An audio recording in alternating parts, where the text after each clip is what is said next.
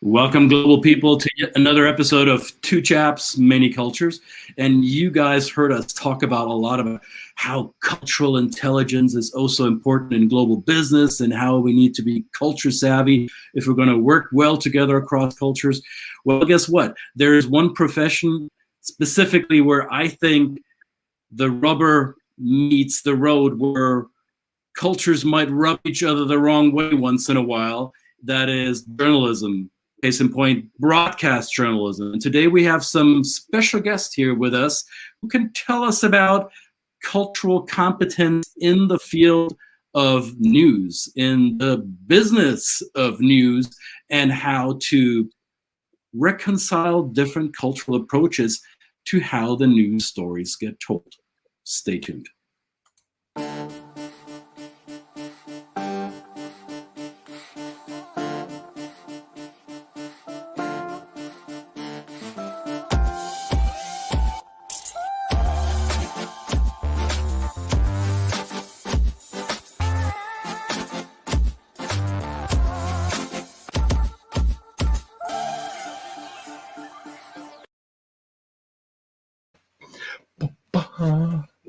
Good day, mate. How you doing?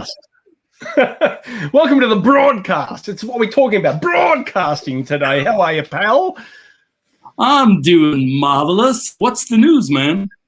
Mate, Two Chaps, Many Cultures, episode 201, in the place where too much culture is never enough. How have you been, pal? You back from your wonderful vacation? I've been gone for a little bit. I've pulled the plug, and it was good. That's all I'm going to say.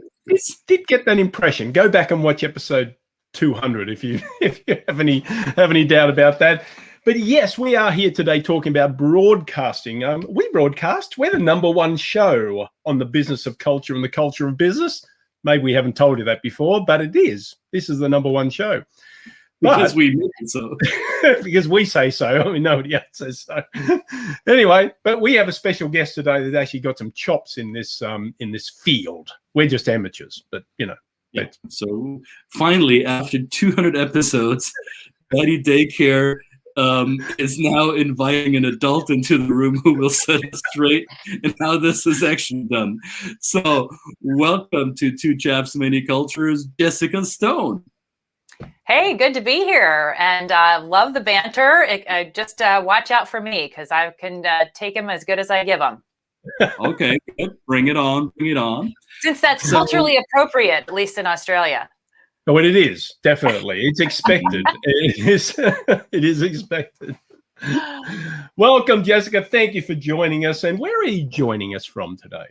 The great District of Columbia. I am in the Washington, D.C. metro area, and we have a lot of cultures and a lot of clashes here in D.C. The land of taxation and no representation. Is that what it is? No, something like that. Yes. Although I'm actually in Northern Virginia, where we have a little more representation with our taxation, but we're getting closer to feeling like we don't. Nice. So, Jessica, we're happy that you are taking time to be with us today, because we announced you as a broadcasting expert compared to us nincompoops here. So you've been in broadcast for a while. I know you've done broadcasting from areas where people don't necessarily go voluntarily unless they're wearing fatigues and they're there because the government sent them there. And you've done some broadcasting in between cultural fault lines that one wouldn't necessarily expect. So how would you, if we had an elevator ride to the tallest building in DC, that's all the time you get, tell me what you do. By the way, that's not a very tall building. No building in Washington is allowed to be taller than the U.S. Capitol. So we don't have a lot of floors here in DC. But I would tell you that I feel like I've been a cultural ambassador, both for my country and for my craft, between the U.S. and China primarily, but even before that on the national security front, working in Europe, working in Afghanistan, working in Haiti, working in Brazil. And I have had to wear many hats and speak many languages, whether I could actually speak them or not. And I just underscore the importance of adaptability in this profession and see that so many in our workforce really do need it much more than they may have ever been instructed. I think it's just as important today as arithmetic, budgeting, communication in the office, cross-cultural intelligence is what we all really need to thrive in our current work environment. Preach it. Preach it. Holla! Can I get an amen? There you go. Yeah, no, I mean, it's so, you know this as an Aussie, Brett, the cultures could not be more different between Australia and China, right? And so I've always cultivated the Australian colleagues of mine who could help me understand China. The reality is your communication style could not be more different. I mean, Americans are a little softer even, I would argue, than Australians when it comes to directness. Maybe you'll correct me in just a moment, but the Chinese have such a different method of communication, and I came up against that repeatedly while working with them over about an 8-year period. Well, Brett, you've done some business in China. Tell us about it.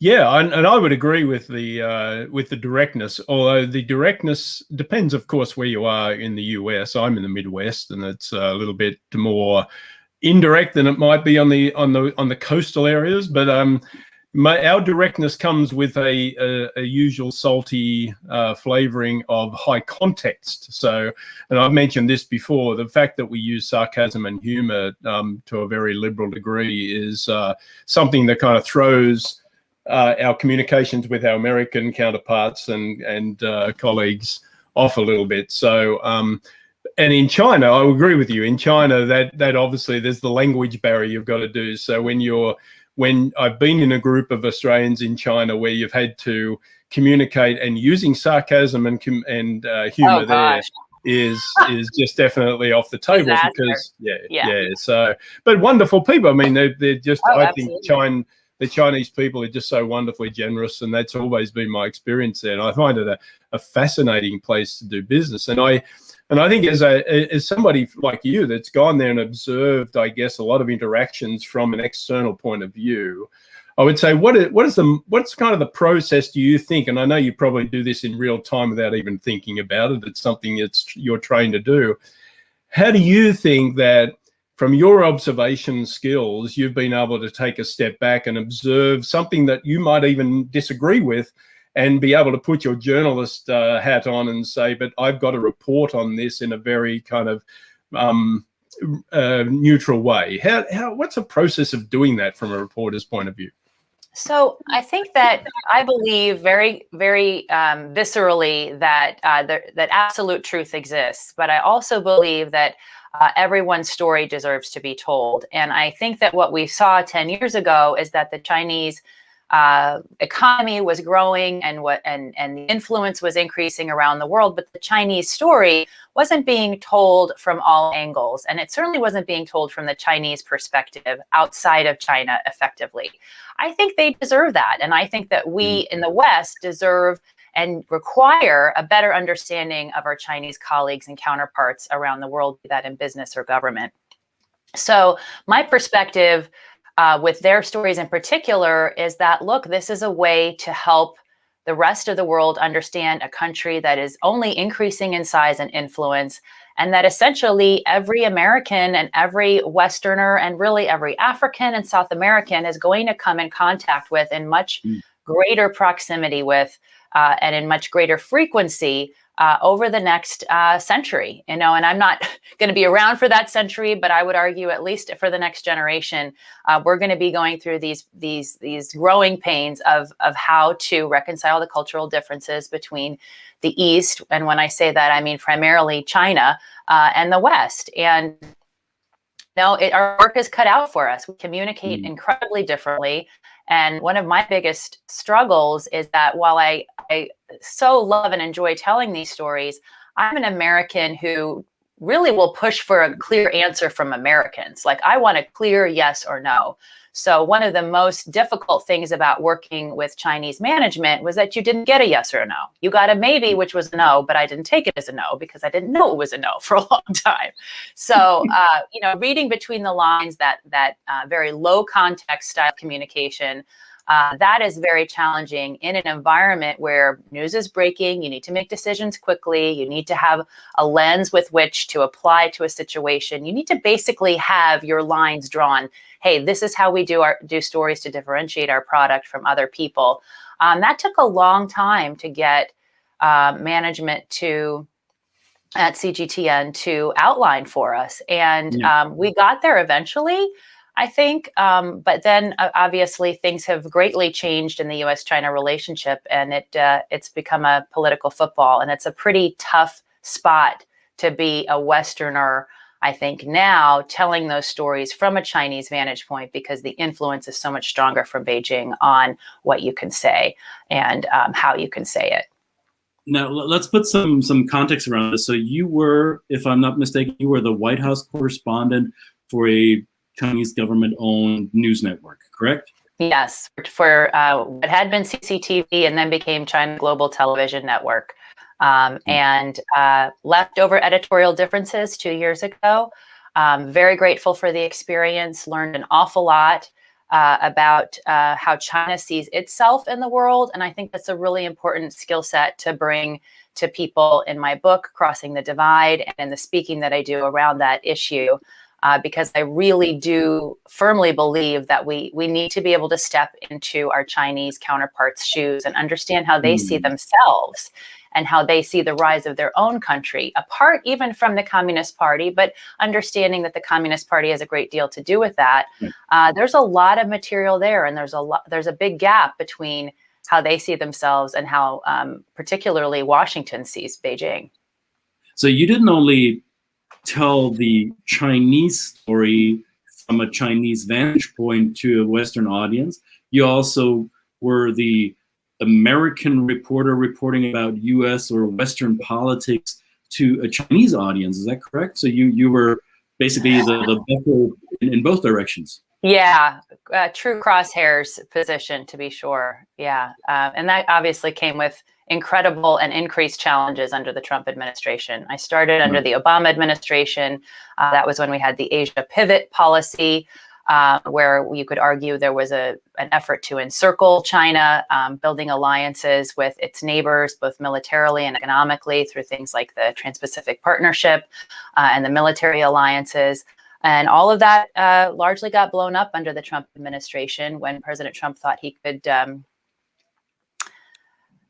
charm his way into making a deal with President Xi. And, initially they did have a very good personal relationship, but I think that personal relationships only go so far when it comes to the ideology that the party faithful, and in particular the leader of the party, Xi Jinping, has. So he's moving the country in a distinct direction.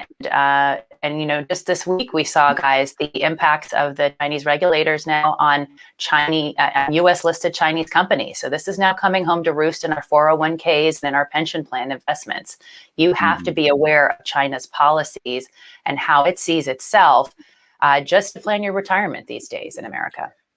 So from a Western observer perspective, like the front row observation that you were able to have for such a long time, how does China see itself? It sees itself as the comeback kid. It is a longtime empire that has suffered greatly, it believes, under Western powers. Think of the Opium Wars 100 years ago, or a couple hundred years ago, and think of the things like the Cultural Revolution in the 1970s, where there was where Mao Zedong, a whole effort to get to excise intellectuals from government and from places of power and influence. There is a rewriting of history in many ways going on in today's China, where there are periods of Chinese history that people my age and younger don't even know about, that Americans may or may not know about. And so I think understanding that that they are in it for the long game, and they believe that their influence is on the rise and will ultimately demonstrate a better model than democratic capitalism, which is sort of what we have in the West. that is what they're setting out to prove. And in a lot of ways, you know, you can argue that people in the West misread some of the signals that you could democratize the way that China operates. It's nothing to disparage the Chinese people. I want to be clear about that. While the Chinese government does not like a difference to be made between the Chinese people and its government, there is, I would argue, there is a message from the CCP, and then there is a message from the people of China. They want security, they want prosperity, and if they can get those things through the Communist Party, they're going to do that. But they will reach a ceiling. And you know, you often hear of this golden cage analogy where entrepreneurs, you know, and you can look at Jack Ma of Alibaba as a perfect case example of shooting too high. And that's why the government is really pushing hard to get control of particularly the big data companies, because after Edward Snowden's leaks of WikiLeaks, they understood how vulnerable their companies and their citizens' data were to these big data gathering operations a la Google, Facebook, etc. So there's a lot of interesting pieces there, and I could talk for hours about it, but I think watching the rise of China and seeing the world through their eyes is critical. Michael Schulman has written a really good book. I can get you that in the footnotes about this, and he's still working in Hong Kong. I recommend that book highly. When you say that the West misunderstood, it was a misunderstanding, I think you said, or underestimation of the Chinese government's approach. To me, and I'm looking at this as a novice or as a person with very limited information about China, but to me, the misunderstanding began with the Beijing Olympics. It was this display of grandeur and comeback kid attitude, however, in a non-threatening way that the West could wholeheartedly embrace and say, look at this great country, China, look at how they've grown up and became successful in their own way. But that is what, 13 years ago, right? So did I do my math right? I thought it was 2008. It's a long time ago, at least. Yeah. So did we, which science? I think it started before that, really. That might be a pivotal point in terms of understanding it, but I think many people would argue that when they joined the WTO under President Clinton in the 2000s, there was a thought that by joining the WTO and accessing the global trade system, they would become adherents to the global trade system. And that hasn't really been what's happened. There's a lot of controversy and discussion around how to work with China in the context of the WTO, the World Trade Organization. But suffice it to say, they have taken advantage of the developing world and developing country carve-outs for how trade is conducted and how much can be subsidized. And it's not a level playing field between them and some of the other members. And they're a big enough economy now where things need to be evened out. And I do think the real crux of the matter for Washington is that there was always this idea when Clinton brought China in, when Nixon went to China even, we'll get them involved and they'll become like us. They don't want to be like us. They want to be Chinese. And the Communist Party wants to be the Communist Party, and they want to do it their way, to quote Frank Sinatra, and they are. And all of the rhetoric coming out of Beijing is, our model works. We vanquished the coronavirus more quickly. We got a vaccine up more quickly. We have a stable economy, and we stabilized the global economy, the last recession, and we avoided a recession this time around. Their message to their people is stick with us and you'll be much more secure than the Western system, which is volatile, which has, elections every 2 to 4 years. There's so much freedom and volatility over there. You don't want that. You want what we have to offer because we're going to give you predictability and stability. Do you remember we had an Australian Prime Minister who spoke Chinese fluently, Kevin Rudd, and he's at the Asia Society now, I believe, right? Yeah, that's right. And he was the Chinese ambassador the Australian ambassador to China for a number of years. And he does a wonderful TED talk about the understanding the Chinese psyche. And I'd recommend, his name is Kevin Rudd. It's a YouTube, I think it's a TED talk actually. But it is, and that's where it was kind of started my journey in understanding and my travels there of observing. And, I do a lot of observing. I like to do this, but really understanding it through the historical aspect and the historical framework of the Chinese mindset. So I really agree with everything you've said there.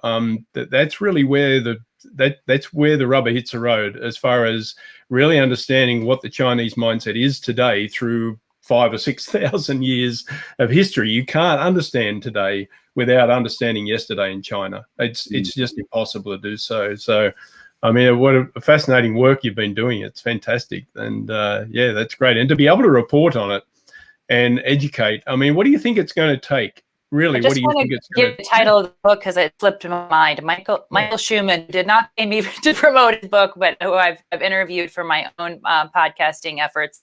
Superpower Interrupted. He's, it's a long book, but I think it's well worth it for people who are doing business in China. Sorry to interrupt there, Barry. No, that's fine. We'll find. I just mixed your first and last name and called you Barry, Brett. Sorry about that. Oh, no, that happens. I've been called worse. Don't worry. Yeah, I dare say. So, what was your question though? So no, it was just. Go ahead. My question was more just so. I mean, what do you think it'll finally take? I mean, when we've got this difference to the much shorter, quick or fast satisfaction framework in terms of business and society that we have here in this country of the USA, and a lot of other countries now in this fast moving global economy world, what do you think it's going to take for people to realize and come to the understanding that we have to approach China in a much more, or there are other more productive ways to approach China and engage with them, because we're going to have to engage. I mean, at the end of the day, I look at all the machinations and I look at all the kind of posturing that goes on both sides. But at the end of the day, we have to come to the realization that we are dependent on each other. And I think that the Chinese probably understand that better than anybody, even from Sure. We might, I'm talking through a lot of kind of us and them type of mentality. And I want to try and get away from that. As somebody who's observed this, what do you think it's going to take? What kind of education do we need to do as intercultural educators to kind of make people understand, and businesses, professionals understand just what it's going to take to be successful in interacting with this entity? So that's a really good question, and it's really well framed, because you want to move away from the us versus them construct, right? That's what the politicians are doing. They're going to continue to do that. It's really up to business. It's up to state and local municipalities to keep the relationship strong and to make sure that average Americans understand how much their product, their consumer products, their services, their finances are inextricably tied to Chinese programs of the same. I mean, I mentioned 401ks and pensions. Most of our growth is happening in those funds, in the MSCI index. Most of everyone's money in this country is invested in, many people are invested. I mean, I don't know what percentage, but many people are invested in that index, and it's high growth. It's getting double-digit growth compared to sluggish growth in the West. So, and then you've also got, I had the privilege of going, I guess it's a privilege, I thought it was, to go to the 301 hearings, which was all of the trade hearings under the Trump administration that the U.S. Trade Representative's Office conducted when they accused China of flouting trade rules about subsidies and unfair competition. And it's in those moments when you have purse makers and accessory sellers and bike sellers and car parts sellers and everything you can think of under the sun come and make a presentation and say, look, we need our manufacturing to be able to stay in China. We do not have another place in the world that makes X, Y, or Z. We are in the process, perhaps, of moving it to another place in Southeast Asia. But even then, the expertise is still with Chinese managers. That I heard very loud and clear. And, this generation has gotten used to low-cost goods. We don't pay a lot for toys and purses and bikes and things. And that's because of the way that they're made and where they're made. And whether it's moving it to another country or moving it back on shore, we're going to have a price differential. So Americans not only need to know how their fates are inextricably linked with Chinese, but how, but making decisions about, am I willing to pay more if I know that something is made in my country, if I know that something is made according to certain environmental and labor standards? I mean, we're seeing that in the investment space with ESG investing. Will we see that on the ground in the Walmarts of the world? Can Americans even afford to make those kinds of decisions in the Walmarts of the world of, hey, I would prefer to have something without child labor or without environmental implications? We seem to be headed in that direction with some parts of our economy, but will we be able to afford a decoupling? I have a lot of skepticism about those that say we can ever fully decouple. I know for a fact there are factories that are only in China, that were built in China by our manufacturers for example, LED screens in automotives. It's the only place you can make them. We made the upfront investment to build them there. We don't have another factory to make them there. The auto dealers will tell you. You said the word decoupling, but it's going to take, it's going to take a while. You used the word decoupling. I want to. Yeah, the buzzword, right? I want to throw it in there because, yes, I would agree with you that that level of decoupling will be interesting to see how and if it will materialize once the West recognizes that it will hit their purses first if that decoupling happens. Now, we're now in a period of politics or military geostrategic politics where the West has decided to decouple itself from Afghanistan. And that is a country that you also saw hands-on. I guess you didn't go where the rubber meets the road. I guess you went to where the rubber hit the gravel. Rock. This picture on the front of my book is from the Hindu Kush Mountains. These are the foothills of the Himalayas. And it's just gorgeous. I mean, the closest I can say the air is to a European country is Swedish air. It has that high northern clarity, no pollution. But yeah, it's been challenging to watch this withdrawal going on of our forces from Afghanistan after 20 years, really wondering what's going to happen to the people that I still keep in touch with in Afghanistan, in particular the minorities that helped me very much in my reporting journey there and really shaped a lot of my reporting. Thinking about the little girl, I have a picture in my Afghanistan chapter. Oh, this little girl captured my heart. While you find that girl, I'm curious, what brought you there? You told me in a previous conversation that you basically sent yourself there, and I'm not sure how much of that was an exaggeration, but what makes a young reporter choose to go to Afghanistan? What was the motivation behind it? I wanted to understand. I wanted to get on the ground and see the military action place. I went in 2009. We had already been there, for almost 10 years. And we were making an assessment under the Obama administration of whether to stay. And obviously we did stay. But at the time, that was very much up in the air. We were, I was about to cover the first Karzai election. And yeah, I don't have a close up of her, but she's in this group picture right here, which is not very visible on the screen there. I won't bore you with it,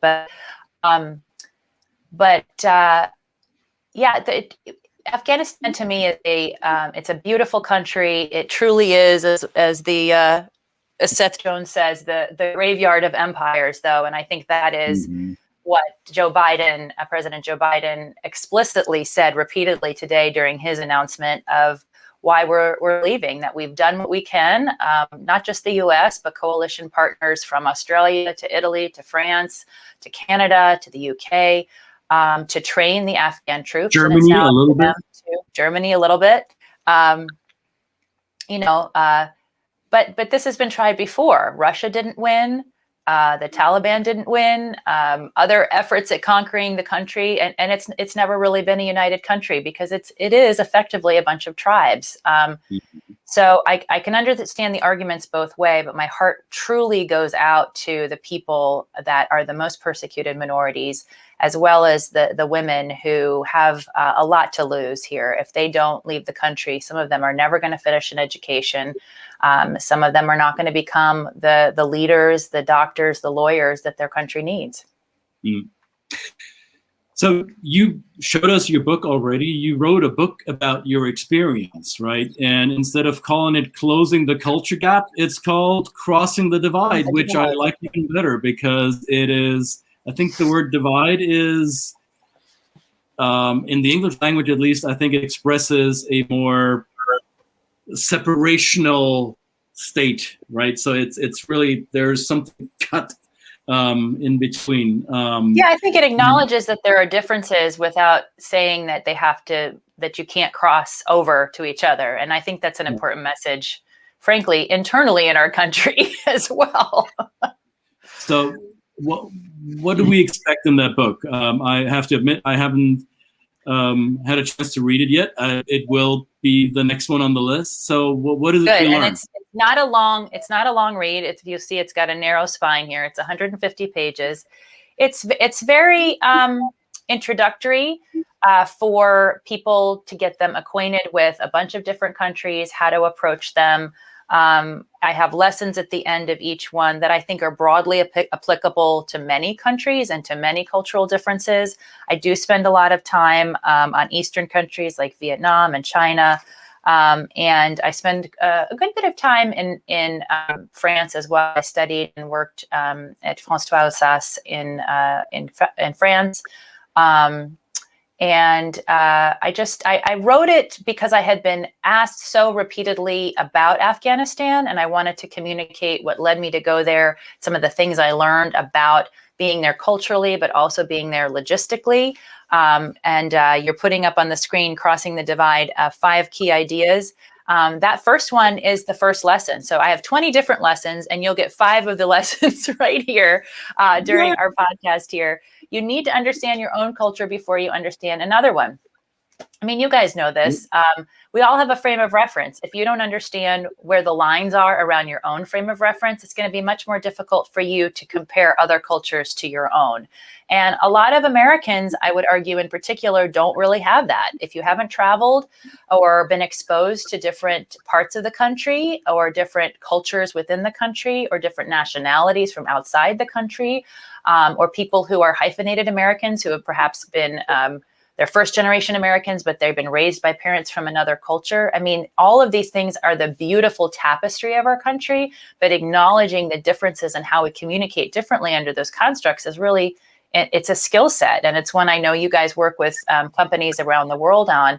But our young people, Gen Z, millennials coming out of college in your first or second jobs, I mean, I want to speak directly to them right now. You are working more remotely, more cross-culturally than any generation before you. You need to know how to make connections with people different from yourself and not judge them for those differences, but learn how to work with them through those differences to accomplish a goal that makes the company, accomplish what it needs to accomplish and what it's promised its clients. You're going to have to handle clients from East Africa differently than South America, differently than Europe. I mean, people have different concepts of time, as you know. And this issue of high context, low context communication is, I think that's really, I talk a lot about that in my presentation because that's huge, right? Being able to read between the lines versus having to real quick. Sorry to jump on you like this, Jessica. Go for it. This key idea number 3. This is something that Brett and I and everyone else in our field is obviously harping on. Now, going by your experience as a broadcast journalist in a country that is famously divided across many things, which one are we talking about now? Afghanistan or China? The U.S. Or U.S. That's perfect. We're talking about and probably many other countries in the world. And so how do we, in your experience, how do we succeed in finding the commonality rather than putting the emphasis on that which divides us? How do we set our minds to become detectives in search for the commonality? So I know that the way I've had to approach that is it's always my goal to earn the trust of somebody that's new that I need information from, right? In the case of people in business, you're doing business with people, whether it's on the project management side or it's on the client management side, because you need something from them. You need their trust too. So what are the things that are universal to humanity? We like sports, we like entertainment. Most of us have families.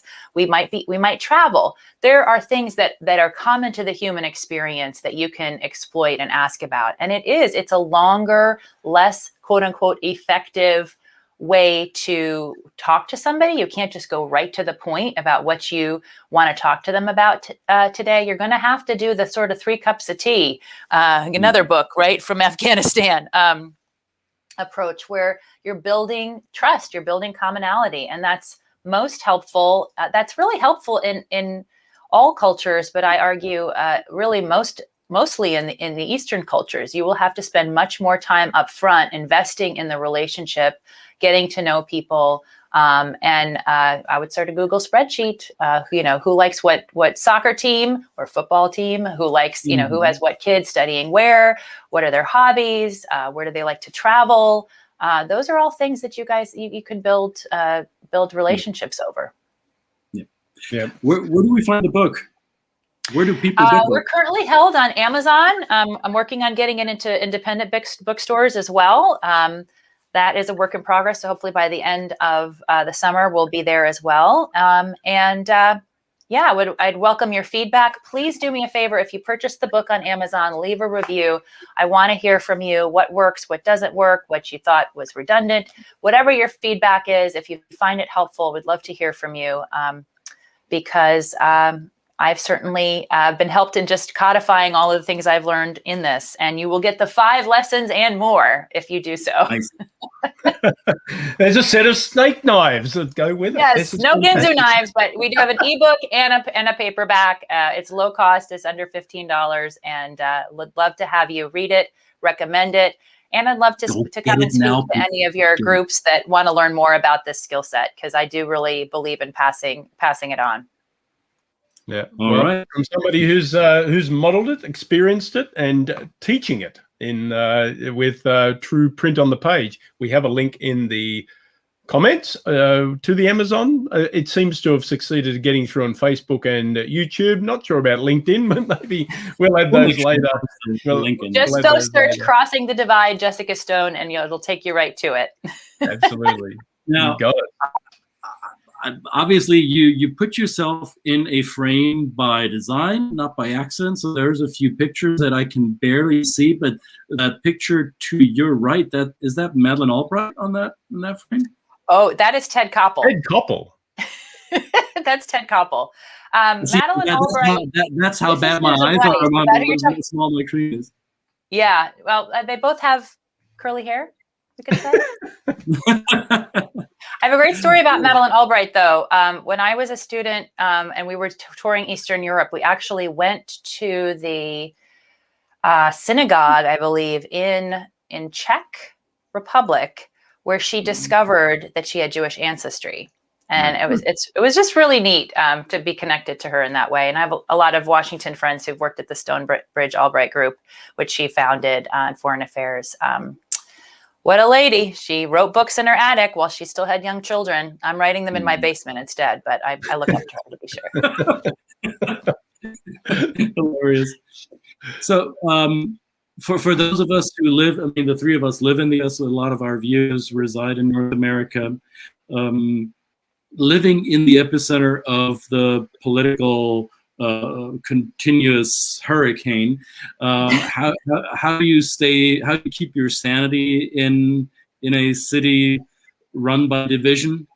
How do you manage that? Well, the pandemic helped because I got to not see as much of the division outside my 4 walls, but I certainly saw it on my screen and in all the media I was consuming. I'm working my way through that. That is a work in progress, and I think it helps to get out of this area for me and to be in touch with other parts of the country, because this is very much a bubble, and some of us, including myself, may have been here too long to see things from other perspectives. That's a key part of being culturally intelligent, I should say. Mm-hmm. Getting out of your own comfort zone. I actually have a saying. I like to say, burst your bubble, because we all inevitably have it, right? And the only way to understand other perspectives is to pop it and get out of it.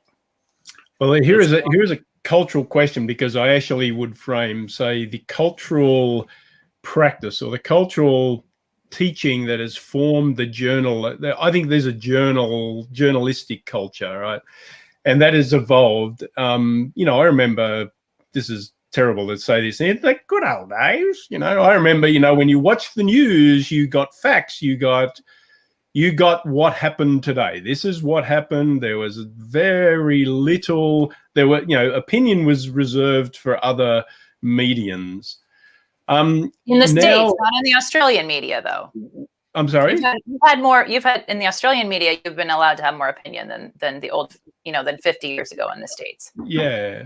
Well, I'm just kind of observed journalists, and I don't know, for people that are going into journalism now that see, I kind of, and I don't know anybody going into journalism. I could just imagine being that age and going into that, and probably with great ideals and fascination for the craft, but then being almost forced to choose a side before you even start, right? You've got to choose a side, right? And it seems to me that there are some obviously really great, intelligent, well-meaning people in the journalism field, but they're pushed by this culture from who they are employed by, or, how do we get over that? That seems to me that we're in this spiral to the bottom. I've watched, because I came into journalism after what I would say is the heyday of broadcast journalism in the 80s. I came into it in the early 2000s, and by then budgets were nowhere near as fat as they were in the 80s. That was really a plush time to be in broadcast media. Even local stations were covering wars, were sending people to Vietnam and such. I think two things. I think the genesis of this is the commercialization of media, where in order to get eyeballs, we're selling perspectives. That was obviously pioneered by Roger Ailes at Fox News Channel. But even before that, there were subtle opinions. They just became much more visceral through the lens of cable news. And that was a winning formula for Fox. And it's certainly one that CNN and MSNBC have followed, arguably with a different spin on politics, and taking a certainly very obvious position, particularly during the presidency of President Trump, as did Fox News, of course. The other thing I would say is that what I'm observing about young journalists is that they think they're supposed to have an opinion, and they think that they're supposed to tell everybody their opinion, and that objectivity is not the goal. That I find very troubling, because my contention is that the reason that this profession is the only one in the U.S. Constitution, the fourth estate, is that democracy falters without a responsible journalism community, a responsible press. Yes. In that, and the democratic experiment does not work the way it is supposed to work when we take sides. Yep. So I don't know how to solve that problem. I think we are seeing a number of attempts through subscription media and alternative media. You're seeing things like Substack and Patreon, where you are going to subscribe to the media that you think is, the best media. Of course, for some people, that's going to be still opinionated media, and for others, it's going to be hard-hitting investigative journalism. That's where we're seeing a lot of the really good investigators go, is to Substack, and you pay to get their newsletters. But the problem with that is it further fragments society. And we saw over the last election cycle how many people around the country got their news from Facebook, and much of it was not fact, it was fiction. So I don't think that helps the democratic experiment, and I don't know how to solve it. I know there are many people who are trying, and I think it's important that we support those efforts. If you think about what you're willing to pay for, are you more willing to pay for the cable package that gives you the same treatment on different sides, and you can balance it in your own head? Or are you looking for independent voices that are going to walk a different path through the facts and help you navigate them maybe more in a longer format, like a podcast, or in a longer written piece, or in something that they're reading to you, an audio version? I think the beauty is we have with digital journalism so many opportunities to get to people in different ways and make our way of telling stories as compelling as possible. And we have to argue the case. We can't just go tell stories for story's sake. I think that I've really come up against that challenge, because that Afghanistan trip was a freelance trip. I had to sell every story, to sell individual editors on every story. And then I had to complete the story through the editing process, all in a war zone with insecurity and financial insecurity all at once. So it was a very stressful situation. But I think a lot of journalists and young people, they may just not be up for that challenge. They might want stability. They might want predictability. And so we want to make sure that the people with the bright minds are going into this trying to figure out a way forward. It's important to our country. And if I'm trying my best to tie these two ends together as we finish up this episode, which is quite hard to do even in my head. But I think just as much as we can't take cultural understanding for granted, it takes our active participation, our curiosity in doing our part to learn and comprehend and engage and embrace the difference. The same way it applies to being responsible in our news consumption and really not taking it for granted that whoever is presenting it to me must be right because they're just distributor of the truth or the truth. No, it behooves us as the recipients to take an active role into how we consume information. Just like we can't simply go into Afghanistan, China, Australia, Germany, wherever, and simply assume that it will all be the way we expected and the way we wanted. I think the same way. I think that Generation Z and millennials are leading the way on that. I think it's up to the older generations to follow. It's their skepticism and their desire to uncover truth, and really their disgust with the idea that anybody behind the anchor desk is an authority of any kind that's driving the economic impetus to give them a different product, to give them something more transparent, give them something more engaging and interactive. But we still have to have a North Star in that process. And I think that's engagement, but it's also the belief that is fundamental to our Western society. And I talk about this in the book. The West is built on the concept of absolute truth. This is something from Socrates and Plato. We believe that there is something to be found and something to be exposed, whether it looks different from different perspectives, but you can't just reinvent the truth every time you want to have a different government agenda, as some of our neighbors around the world prefer to look at it as. Yeah, absolutely. Jessica, smart words. There'll be many more smart words in your book. So folks, get the book, Crossing the Divide, Jessica Stone. Find it on Amazon. Find it in the comment box below this video, wherever you're watching it. And if it's not there during the live broadcast, we'll add it on later, because guess what? You'll be able to watch this as many times as you want. Jessica, thanks for joining us today. I'm still waiting for the dog to jump into the frame, but apparently Doggy decided not to do that. No, she's underneath my chair, very, very quietly hanging out, which I'm very appreciative, because this puppy has been a handful. So.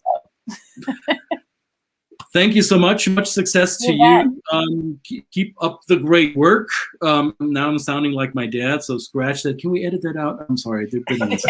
No editing. We're live. And Brett, thank you for the work that you guys do, and you keep up the great work. And I'll sound like your dad, because I'm grateful to know people like you are out there. I think it's critical, as you know. I'm passionate about it. So thank you for having me on. Well, it's a pleasure. Two chaps, many cultures. Two chaps, many cultures, and one great broadcast journalist with cultural competence, and a book called Crossing the Divide. And we're out for now. See you in the next episode. Bye, guys. Bye.